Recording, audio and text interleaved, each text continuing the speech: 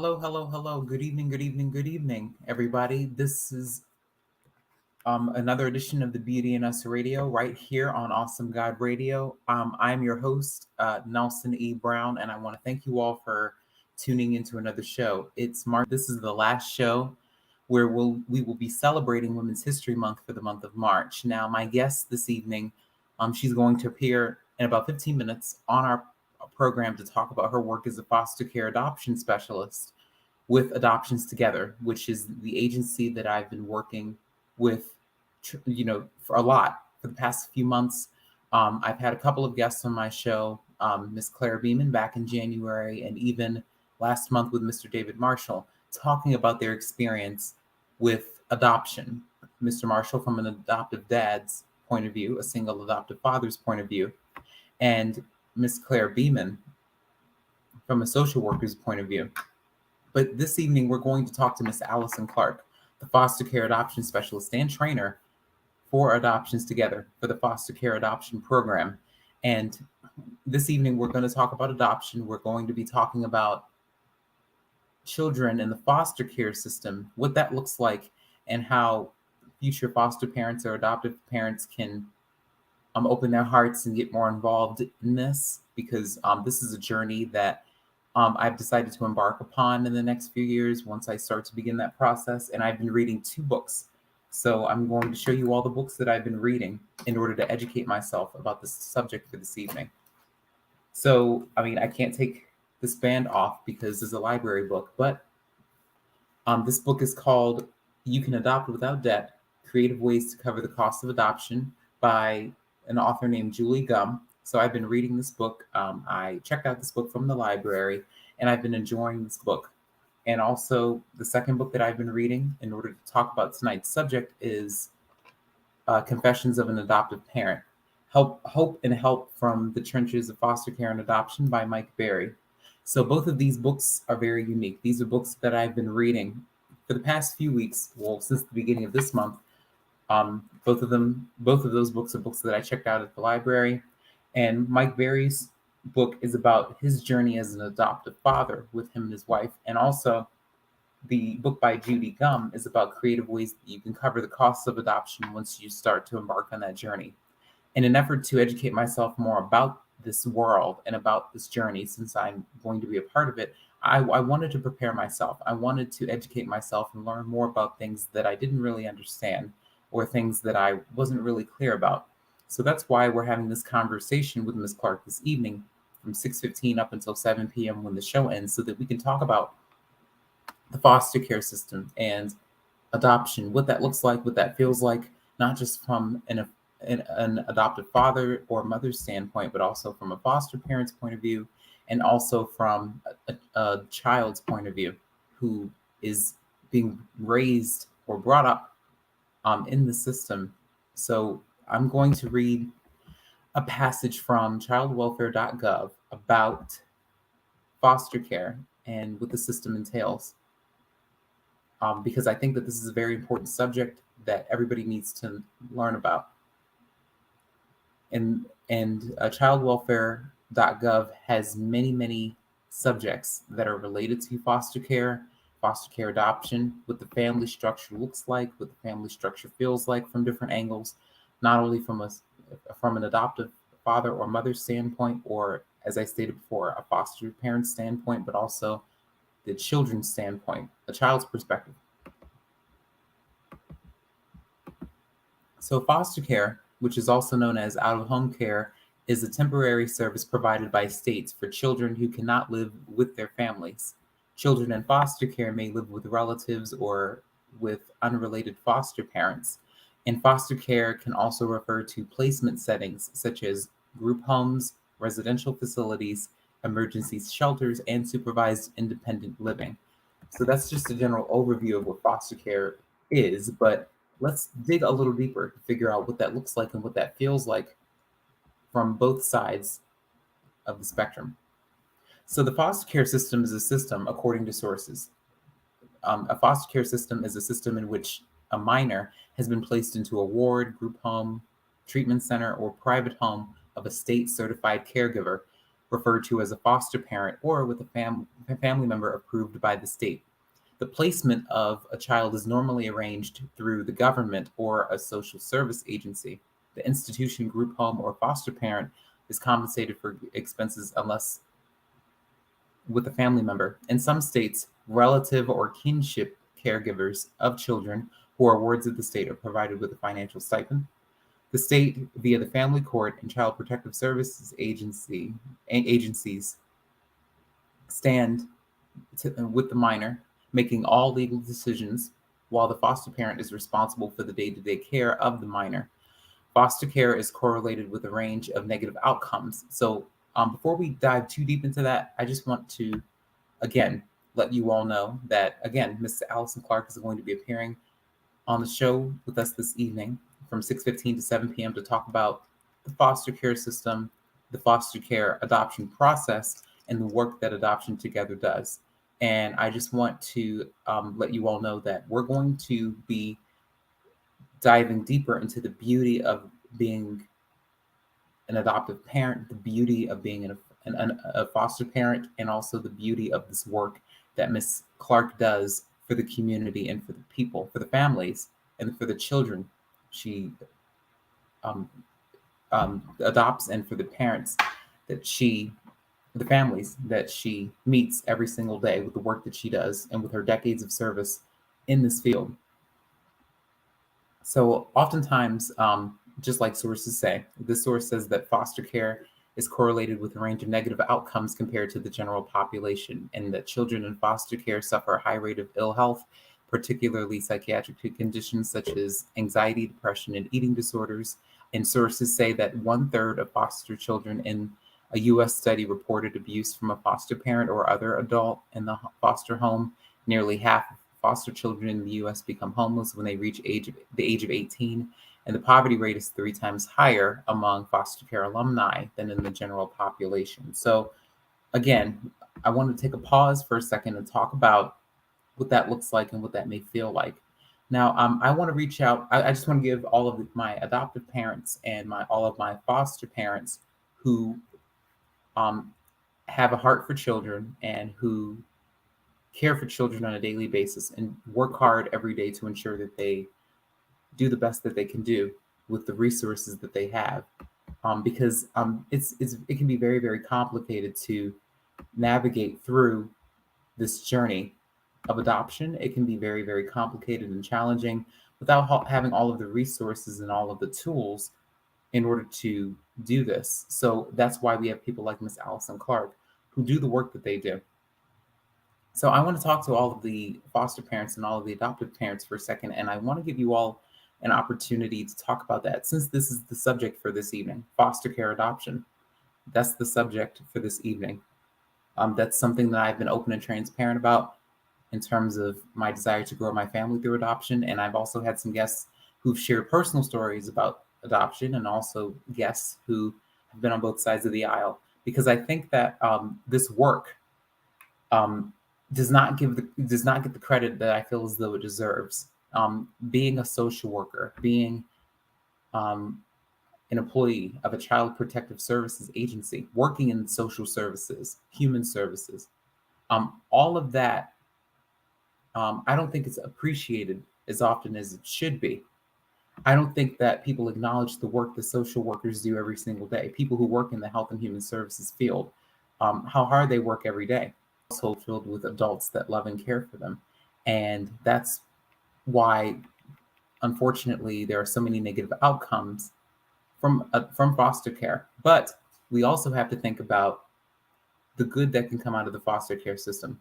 We do have parents out there, foster care parents and adoptive parents, who are working hard every day and who are providing children with all of the resources and the love, the support, the guidance, the structure, the direction that they need. So we also have to acknowledge the fact that there is beauty in this. There is beauty in the adoptive families. There is beauty in foster parents. There's beauty in foster children. I mean, everybody has to be on the same page. I mean, it takes a village in order to make this happen. It takes a village to make a difference in the lives of the children who are born into this world. And again, everybody has to be on the same page. We all have to have the same mindset in terms of how we're going to provide for our children and how we're going to teach them about the values of the important values, morals that we have to bring into this thing called life. So I'm going to read a little bit more so that you guys can get an idea of what we're going to be talking about this evening when we discuss foster care adoption. Because unlike domestic infant adoption, which was discussed a couple of months ago with Ms. Claire Beeman, we are talking about school age children and adoptions together in particular. They adopt out children who are school aged and who are between the ages of 6 and about 17 years old. So again, that's from like first grade or maybe even kindergarten up until senior year of high school, 12th grade. So we have to think about that and we have to keep that in mind. So it's somewhat different from the other type of adoption that we discussed a couple of months ago, but the main objective is still there, which is to find a home for each and every child. Find a loving home filled with discipline, support, structure, and that foundation that they all need. So in terms of placement, sources say that family-based foster care is generally preferred to other forms of out-of-home care, and that foster care is intended to be a short-term solution until a permanent placement can be made. In most states, the primary objective is to reconcile children with the biological parents, the birth parents. However, if the parents are unable or unwilling to care for the child, or if the child is an orphan, then the first choice of adoptive parents is a relative such as an aunt, uncle, or grandparent, known as kinship care. And most kinship care is done informally, without the involvement of a court or a public organization. However, in the United States, formal kinship care is increasingly common. And in 2012, which was about a decade ago, a quarter of all children in formal foster care were placed with relatives instead of being placed into the system. So we also have children who may not live with their birth parents, but we do have children who may be in the system or who may live and develop those types of bonds with their extended family. So, like the article stated, aunts, uncles, grandparents, maybe even cousins, godparents, you name it. There are children who grow up in those environments as well. There are children who can still find maternal figures and paternal figures, father figures, maternal figures through their aunts and uncles, their grandparents, their godparents. I mean, again, you know, the love, discipline, support, and structure, that foundation, still has to be there in order for it to work. Again, it takes a village in order to make this happen. So I just want everybody to take a moment as we get ready to shift from this segment into the next segment of our show. I want you all to think about the ways in which you can help children who are in the foster care system, who need that love, discipline, support, structure in that type of environment that provides them with everything that they need so that they don't feel that void, that emptiness inside. There are a lot of children who feel that way. And there are a lot of children in sibling groups. We have to remember about the sibling groups who are affected by this as well. The bonds that have been created, the bonds that are created that can sometimes be very difficult to break once they are separated in the system. Think about reuniting them. I want you all to think about schools, churches, community centers, and different places where you could speak to young people, especially young people in the system who may be in this predicament. I just want to encourage everyone to open their hearts and to listen to our conversation that we have this evening with Ms. Clark about foster care adoption, because everybody gets excited about babies, okay? Everybody gets thrilled about babies. Everybody enjoys the innocence. Everybody enjoys how cute they are and how cuddly they are, and just everything about babies. But we have to also remember the school-age children who are in the same predicament. And on that note, I'm going to introduce our guest for this evening, Miss Allison Clark. Thank you for taking time out of your schedule to appear on my show. Ms. Clark is the foster care adoption specialist and trainer with Adoptions Together. I've had some of the staff members on another staff member on my show back in January, and I also had Mr. David Marshall, who adopted his son through Adoptions Together through the domestic infant program. So it's amazing, Ms. Clark, for you to be here this evening to talk about foster care adoption. This is a subject that people um, gloss over. A lot of people don't really talk about the school-age children who are in the foster care system and who are looking for homes and who want that love, that discipline, that support, and that structure that we always talk about. Because, and like I just stated before you hopped on, everybody gets excited about babies. So, because babies are new, the innocence, they're cute and cuddly. Everybody gets excited about babies. But I think people often forget about the school-age children who are in the system. People often forget about the families that they need as well. So could you tell us a little bit about yourself and what led you to working with Adoptions Together? First, Nelson, I'd like to thank you for giving me this opportunity. Um, well, I have to say, I don't know initially that I thought I wanted to be a social worker.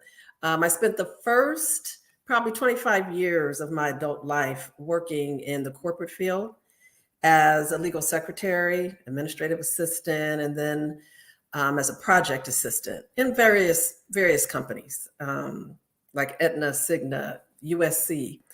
But in the back of my mind, I think I always knew that I wanted to work with children in some capacity, whether it be teaching. But I had a good friend, a childhood friend that was adopted, and we didn't find out, till we were much older, that she was adopted. So that always, stuck with me in my mind. And then when I got to be an adult, one of my good friends worked as a child protection services social worker in Los Angeles. I'm originally from Los Angeles. And I always found her work very interesting. But when I talked about social work, my parents both told me, you don't want to do that. There's no pay, there's no money. It's a thankless job, blah, blah, blah, blah, blah. So I had the opportunity when I was older to go back to school, went back to school, received my bachelor's in human services in 2001, and ended up getting a job at the Connecticut State Department of Children and Families in 2003. And so that began my journey as a DCF worker. By this time, I had moved from Los Angeles to Connecticut and was raising my two kids. They're currently adults, and I have two grandkids. I always say I want to throw them in there. So I have some experience as a parent. However, this started a journey for me that, quite frankly, was difficult at times, but I have to say has been the most rewarding. I had the opportunity as a CPS social worker to be able to provide direct service to families and to children. And when people think about DCF, the first thing they think about is, oh, those are the baby snatchers, and they divide families. And in Connecticut, it is a very contentious relationship that state has with DCF. However, oftentimes when families end up getting a case, they often don't want us to leave because, they find out there are services, unfortunately, that you can't get unless you have an open case. So, the system is broken, I have to say, in various parts of child protection services. But nonetheless, I worked with families trying to keep kids in homes because I didn't want to separate, a family. But then when it had to be done, of course, I'd have to be the one to remove the kids, which was heartbreaking. When you become a parent, it affects you. I think sometimes they think that, social workers are heartless, but we really aren't. People can remember every removal that they've done because there's no way you can't, especially if you're a parent. But I also worked just as hard to get those kids back at home with their families. And even if they couldn't go back to their parents, at least someone they knew, right? Relatives, kin.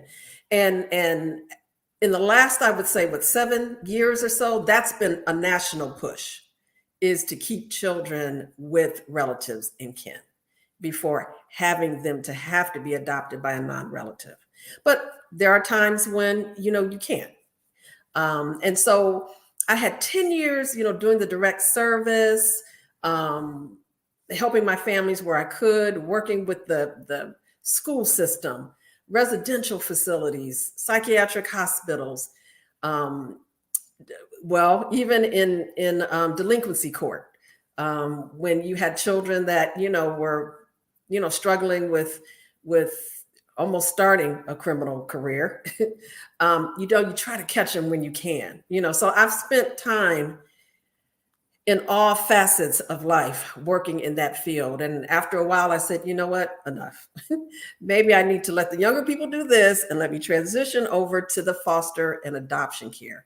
I've had a special heart for that anyway, as well, along with families, because it takes a very special person to be able to open up your heart and your home to children that you don't know. And to take on, all of what that child takes on. And it can be an emotional toll.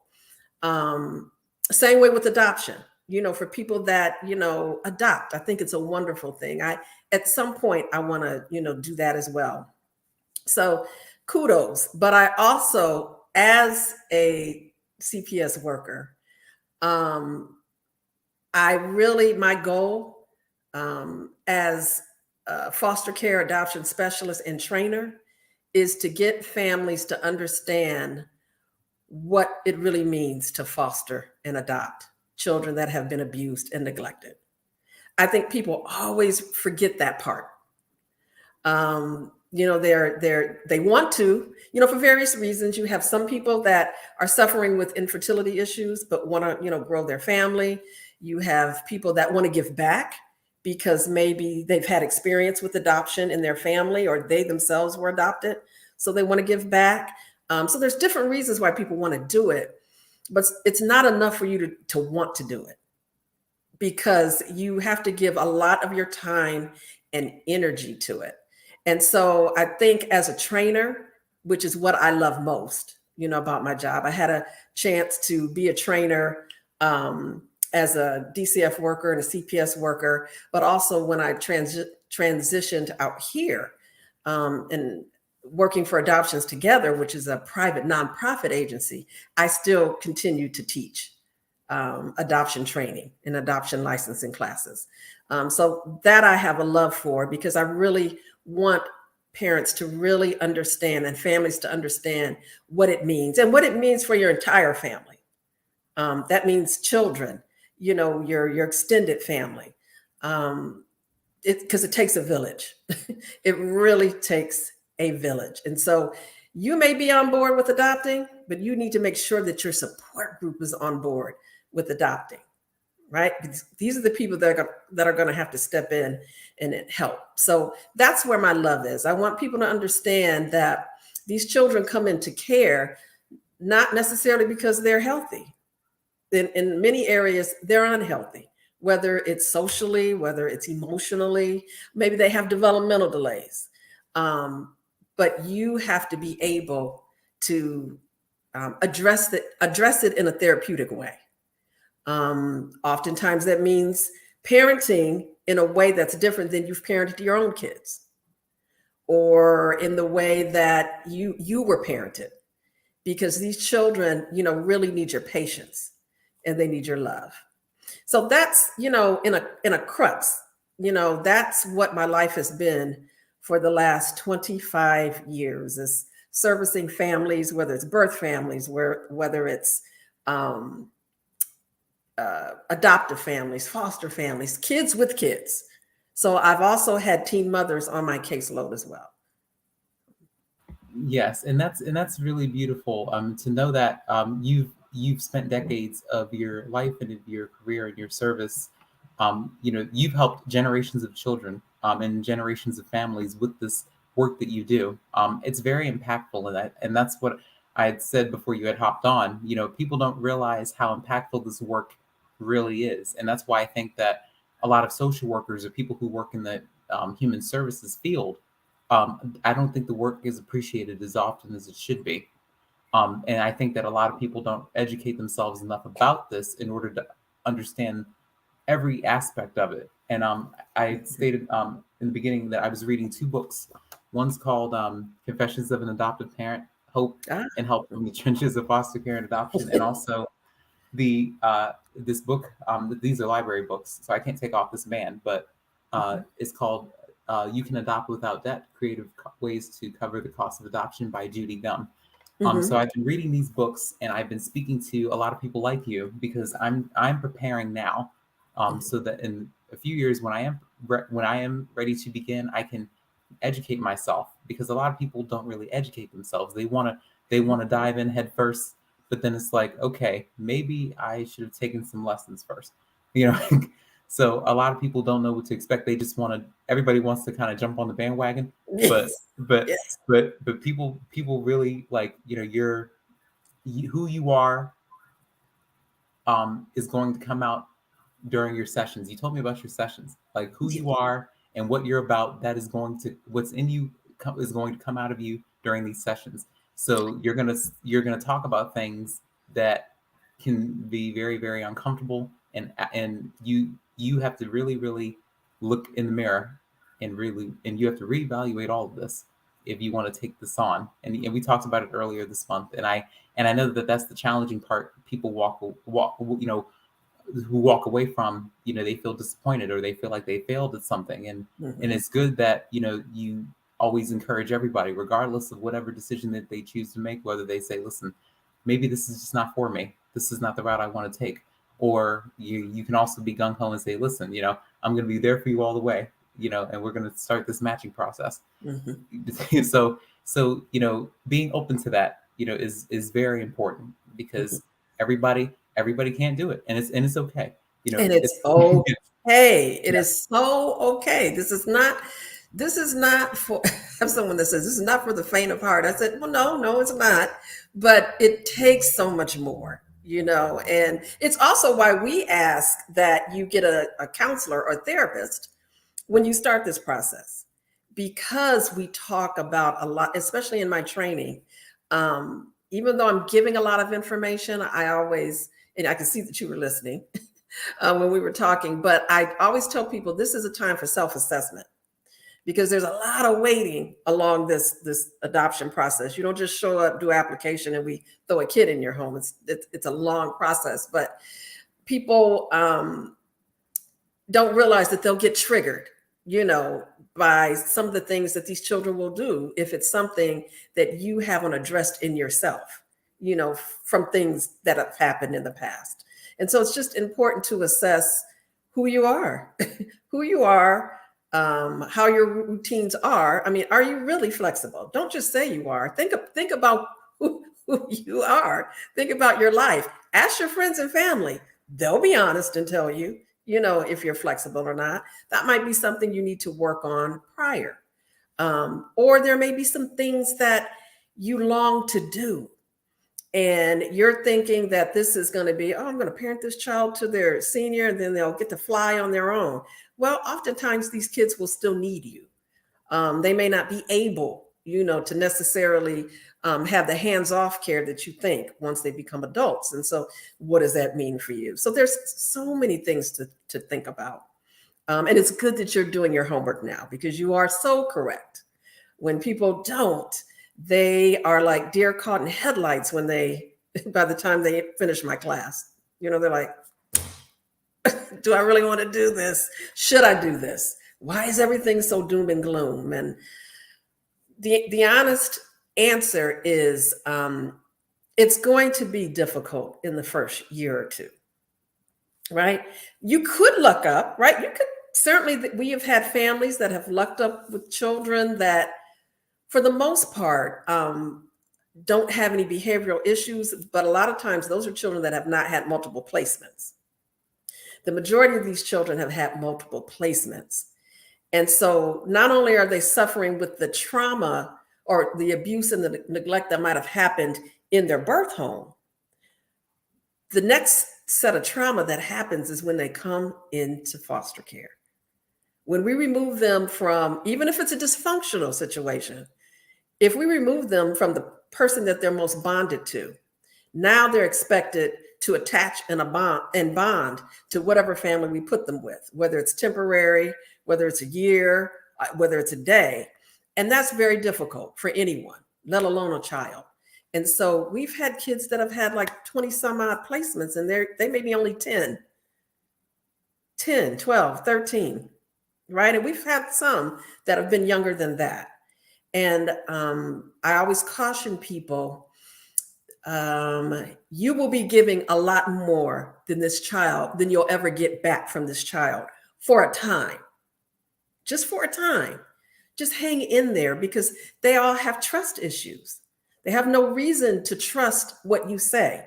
You could say, we're a great family, we want you, we're committed to you. They hear it, but they've also heard it 10, 15 times from other families. And a lot of these children have had failed adoptive placements, which hurt even more, because those are the people that say, hey, we want you, in our lives forever. We're your forever family. And then something falls through. The family decides they can't do it. And it's so devastating to a child. In fact, they say it sets a child back almost a year in development when that happens. So, I caution people, your biggest probably responsibility is to be committed and remain committed and give that unconditional love. And that can be a challenge. And if you find that, I don't think I could do that now, best to do it early on than to have the child transition, into the home, because it is a lifetime commitment. It's just like your own kids. Your own kids don't always turn out like you want them to, but you don't drop them off. You don't have a chance to, kick them out. You keep them, you love them because you have a bond and you're committed to your children. It never occurs to you to say, well, forget it. I'm just going to disown you. So we want people to really understand that these children deserve homes. They deserve homes, but even more so, they deserve families that are committed and will love them and care for them unconditionally, which means no matter what they do, whether they slash your tires, whether they, kick your dog, whether it doesn't matter. Unconditional means just what it means. And I get it. Some people, when you say fire setting, people are like, time out. I have my, what's my absolute, what I can't handle, and sometimes it's fire setting. Other times for some people, it's the aggressiveness, or a safety issue with the children. And I understand that, but what I also know is most adoptive parents will tell you that it will get better, right? Those that stick in there, they'll tell you it gets better.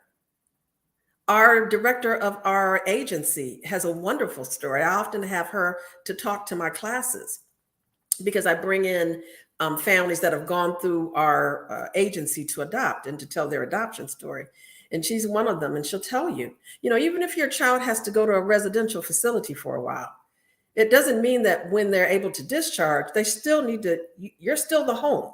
You're still the parent, you're still the family for that child. So it's just knowing that you have to meet these children where they are and just love them through whatever waves, right? Waves go up and down. You just have to love them through the waves. You have to learn how to surf because you're going to have those moments. And we as an agency try our best to be with you, every step of the way, until you can fly on your own.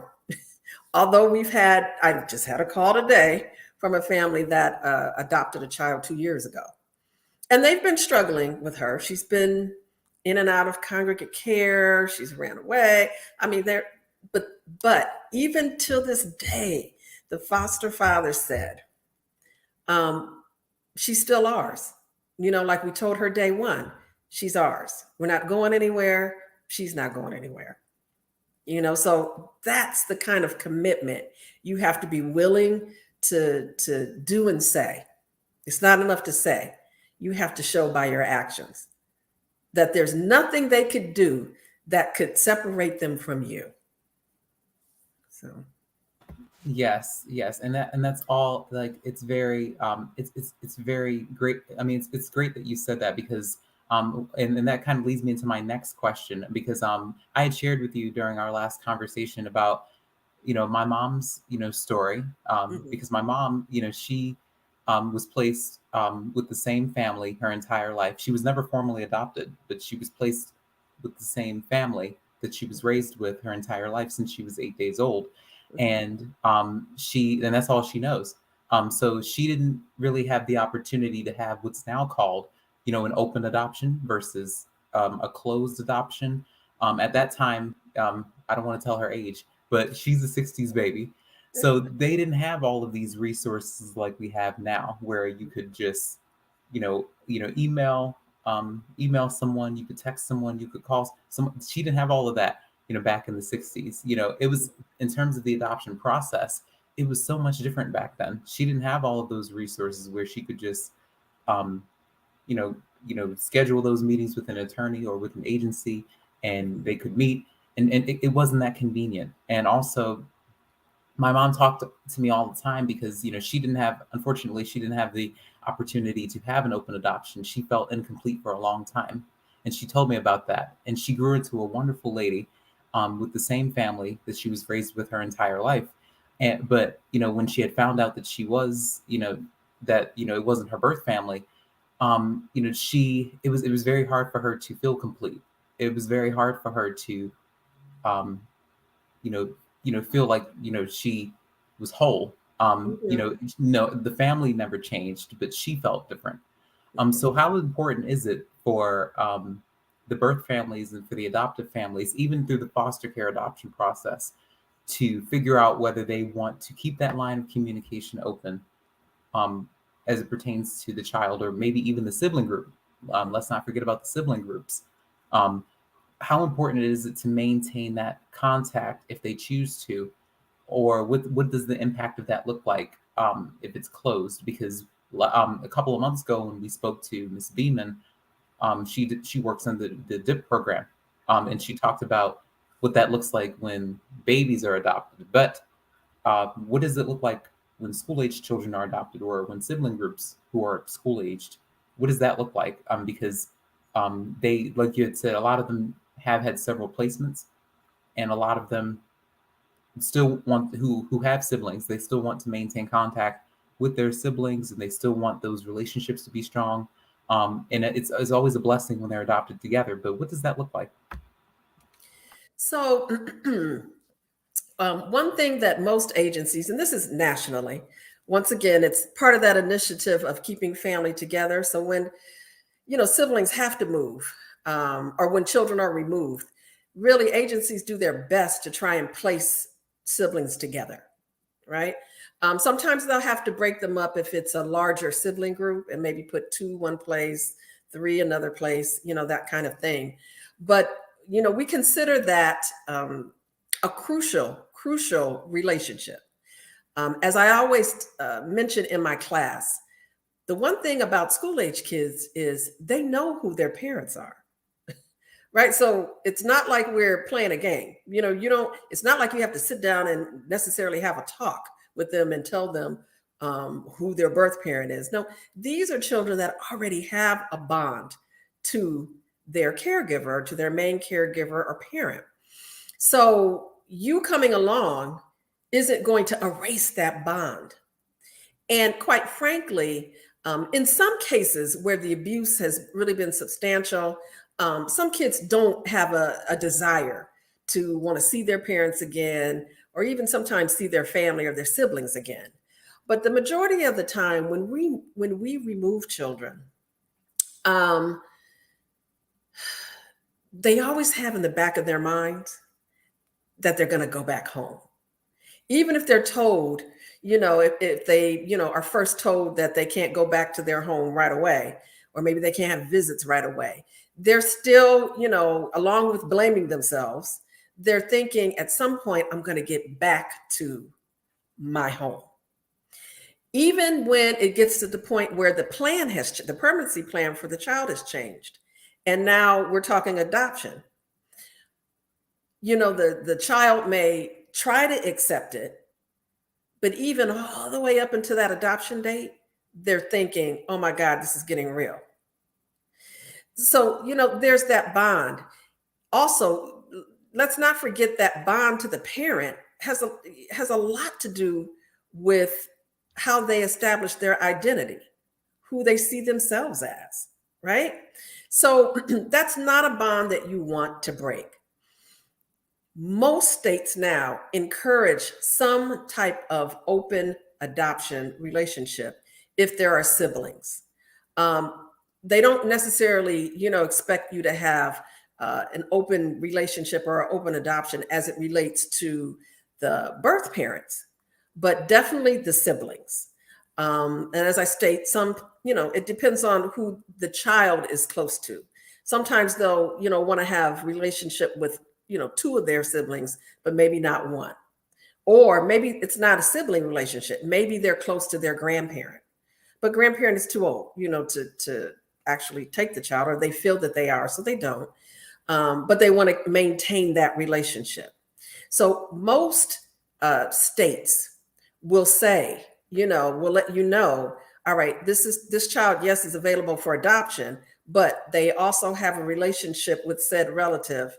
Will you be able to allow that relationship to remain intact?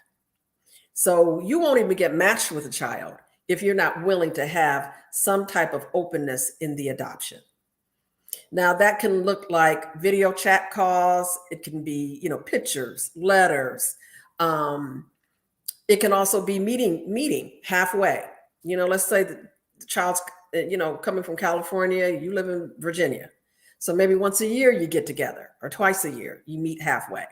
But you're going to have to come up with some type of way to keep that birth family connection intact. So now I will say this: once the adoption is final, how you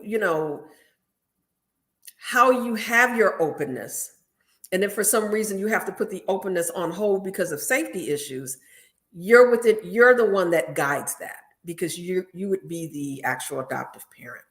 So that's important to know. But trust me, you don't want to break off important family ties. That's unfair to the child, because we seem to forget this child comes from two parents, which means there's two sides of family that this child has. So, Yes. and a child can never have too many people that love and care for them. Yes, and that was the point that I was going to sum up, because and I know that, and Miss Beeman, she confirmed it too. Like, you all encourage the large majority of your adoptions are open. You very rarely have closed adoptions, and that's good, because like the first person, of course, who I shared this with was my mom. Mm-hmm. When I shared this, and I've shared it with some extended family members. I'm an only child, so. Mm-hmm. I don't have any brothers or sisters or anything, but I shared it with my mom, and I told her about, my desire to embark on this journey and to follow this path. And she was like very excited, and she was very overjoyed, because she didn't have the opportunity to have that degree of openness when she was growing up. Mm-hmm. She grew up in an era where, like, a lot of that stuff was considered to be very, very taboo, and stuff that wasn't spoken about openly like it is now. And again, even going through the process, that didn't happen, back in the 60s, when Mm-hmm. she was born. But now, since we have the tools to do that, like you stated before, this is not about competing for love That's between right. two families. This is about showering the unconditional love, upon that sibling group, or upon that child, that little boy or that little girl, Mm-hmm. who needs us, because people oftentimes think that this is some type of like tug of war, between one family versus another. And that's not the case at all. It is so detrimental. It Yes. is so detrimental. And it's unfair. Why make this child have to choose? Never should they have to choose. Right.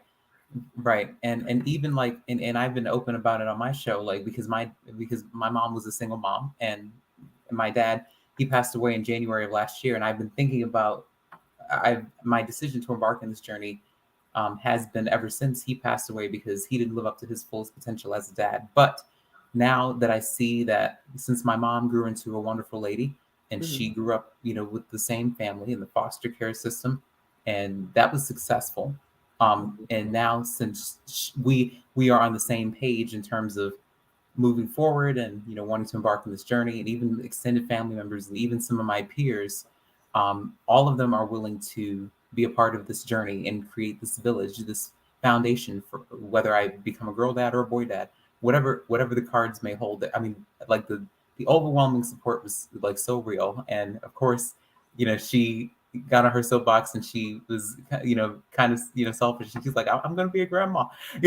So she's still very excited about that, because she knows what it feels like, from a child's point of view, like the impact of that, because she grew up with that. But she was blessed to be with the same family that provided her with everything that a child needs: that love, that discipline, that structure, that support, all of what we Mhm. just talked about, Mhm. today. So what do your training sessions look like? Because I know that there are singles and there are Mhm. married couples, or even Mhm. partnered couples, um, who participate. So what stages do you guys go through? Because I know, you know, there are different dimensions that you dive into during your training sessions with each group. Yes. So what I'll do is I'll tell you about the training, and then I'll also explain the actual process, right?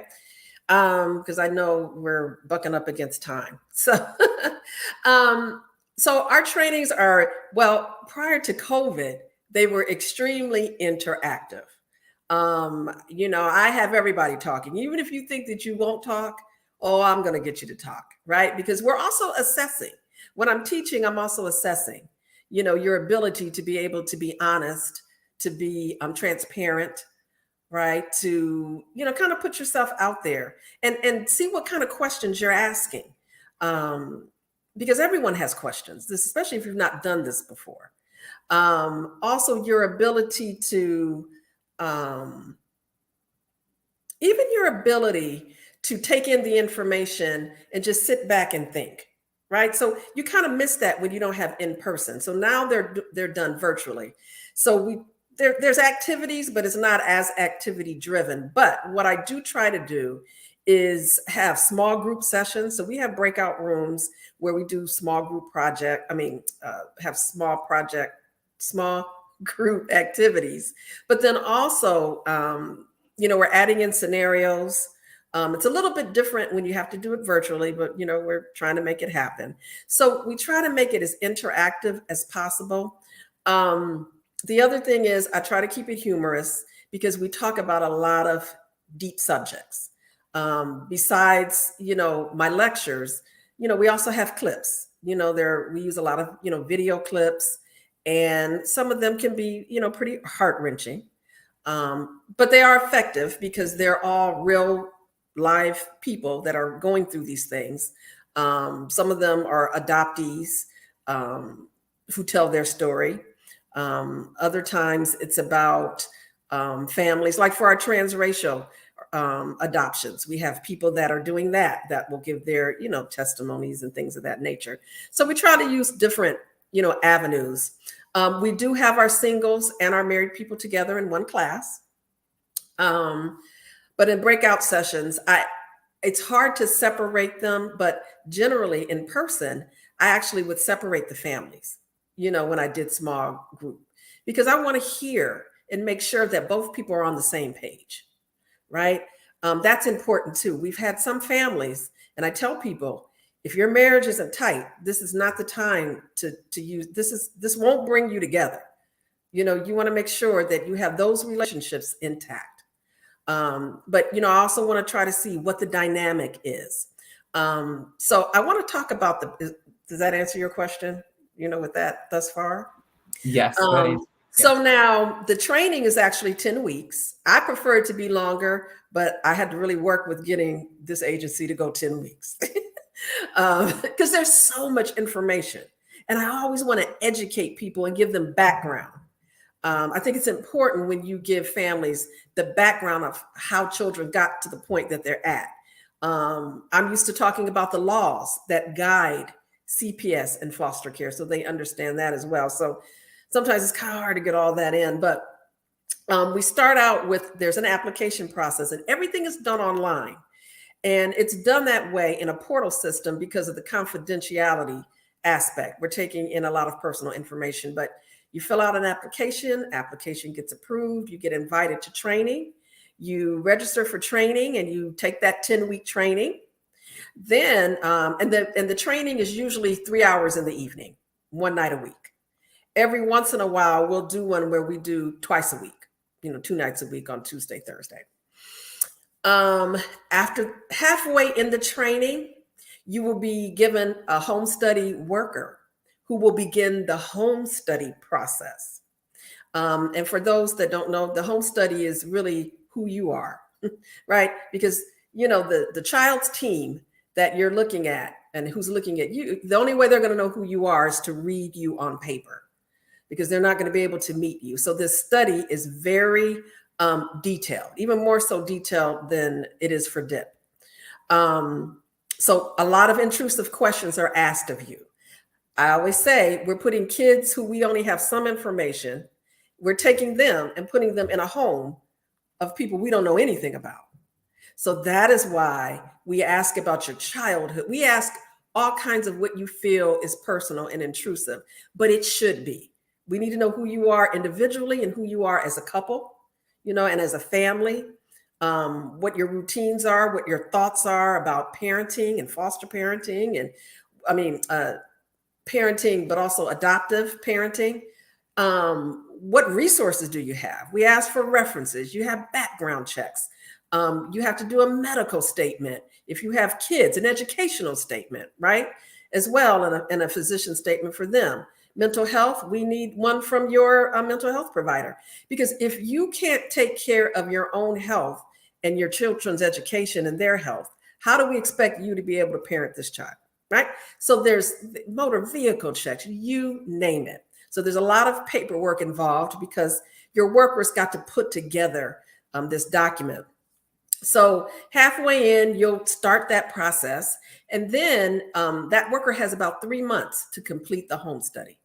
Then after your home study is approved and signed, then they come back to me. I get to see them again. I see them in training, but then, I get to see them. And sometimes I see them at the inquiry stage as well. But then we sit down and I go over the actual search, match, placement, finalization process, right? That's where the real work is done once you have your home study. So that's a 2-hour meeting. I tell people after that meeting, give it a year before you're placed. But a lot of people get antsy and we're forever having to talk people down off the ledge. I'm good at it. I can do it, but it's a long way. Some people have waited 3 years to be matched because they're very particular about the child they want. I tell people better to be particular than to just take any child. You know your family best. So wait for it. If you want a child that needs to fit this criteria, wait for it. And so once, you get matched with a child, it's not that easy. So that process, it takes time because you will be sending out your home study. You'll be identifying kids. We give you a list of websites that you'll, peruse and you'll come back and say, hey, we want to know more about this kid. We're going to send your home study out. That team may not be interested in you. In fact, most of what you send out, we're not going to get a response on because workers are workers and they're overloaded. So they're not going to sit down and call the people who they're not interested in. But what they will do is if they're interested in you, we'll get a call back. Then we set up, meetings and we try to get as much information as we can about that child, because on these websites, they talk about the children's strengths, but they say nothing about the child's needs. And so that's where we come in, and we make sure that you get all the information you need to make an informed decision about whether you want to go to match with this child. And so what happens is, if it gets to that point and they say, okay, are you interested? Because we are interested in you. Fine, they'll add you to one of the families to be matched. So the child's team has to hold another meeting with another set of people from within the different parts of their agency, and they'll review maybe 3 to 5 studies, and hopefully you'll be one of the ones that they choose, be the number one family. If you are, they're going to ask if you want to accept the match. You say yes. You get to read the entire case record. It will be redacted in some places for confidentiality and HIPAA laws, but you get to read the whole case record just in case there's some last thing in there that might make you say no. But if you say yes, then there's all kinds of contracts that we talk about that guide the placement. I help you with all of that. Child gets placed in your home. They have to be in your home for 6 months at least before the adoption is finalized. We have many services that help you along the way, right? We have individual and family therapy. We have parent coaching. We have support groups. And in fact, we tell people to, they can get in the support groups right after they come out of training, just so they can get a feel for some of the issues that these parents deal with and how they work it out. We have webinars, trainings. We even have an annual conference, and we have post-adoption services. So, like I said, we're there, with you every step of the way. So it's a long, tedious process, but it's doable. It's doable if you, like you say, do your homework, do a lot of self-assessment. When you're in training, take notes, keep all that material. And just, make up in your mind, this is really what you want to do, and make sure you have that support network. That's going to be extremely helpful. I really try to form a cohesive group in my classes. I usually always do when they're in person, but I'm surprised that even virtually, I'm able to have these people to make a connection, because I tell them, you're going to need respite. And some of you may have bunches of family, or you have people, but I know some of you might not have a good friend network. Well, just note that everybody that's in this training that you're taking is learning exactly what you're learning. So what better family to have as your respite provider when you need a break? So a lot of times our families form a network. So. Yes, all of this information you just laid out on the table is awesome. So my last question before we wrap up the show is, how can people get in touch with you if they want to learn more about this process, or if they've decided to open their hearts and open their heart up to a child who's a part of the Heart Gallery on your website, or a child who's in need of a family? So how can they get in touch with you if they want to learn more about that? So my name again is Allison Clark. What they can do is they're free to call me at 301-422-5115. That's 301-422-5115. Or they can also email me at aclark, that's without an E, aclark@adoptionstogether.org. And that's adoptions with an S. You can also go on our website, www.adoptionstogether.org. And you'll see information packets for, just like there's information packets for DIP, there's also one for foster care adoption. Also, you can attend one of our information meetings. We have maybe about 4 throughout the year, 4 or 5 throughout the year. So you'll be able to find that on our website as well. But once again, you can certainly call, you can email me, and we can chit chat. Yes, I'll send you information, have you review it, and then you can call me back with, any questions that you have. So. Yes, that's wonderful. Well, thank you again, Ms. Clark, for taking time out to speak to us this evening.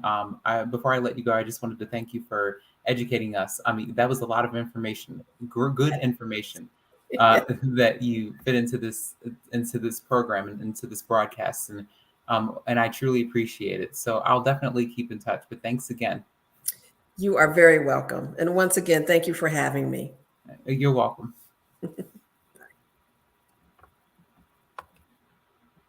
So that wraps up another edition of the Beauty in Us Radio right here on Awesome God Radio. I'm glad you all had an opportunity to sit and listen to this amazing discussion. Make sure you tune in next week, April 5th, 2022 at 6 p.m. We're going to have Mr. Keith Tooley, a mentor with Young Men Strong and business coach, consultant, and entrepreneur, with us to talk about his career. He's from the NYC, so he'll be talking to us about his career in entrepreneurship, his work as a business consultant, and his career as an engineer with us this evening, and also his role that he plays as a mentor for YMS, Young Men Strong. And shout out to the host, Miss Nija Howard, for, again, introducing me to him as one of the men on the mentorship program. So you can follow Awesome God Radio on all of the social media platforms. You can log on to our website at awesomegodradio.com. You can also look for me on social media at Nelson E. Brown on Instagram, and at Nelson Brown on LinkedIn, Twitter, Facebook, you name it. We're on it. So again, I want to thank you all for tuning into this show and into this broadcast. I have some more amazing news. In addition to Mr. Tooley being a guest for next week, I have some more amazing news to share with you all, but I'm going to save it for next week.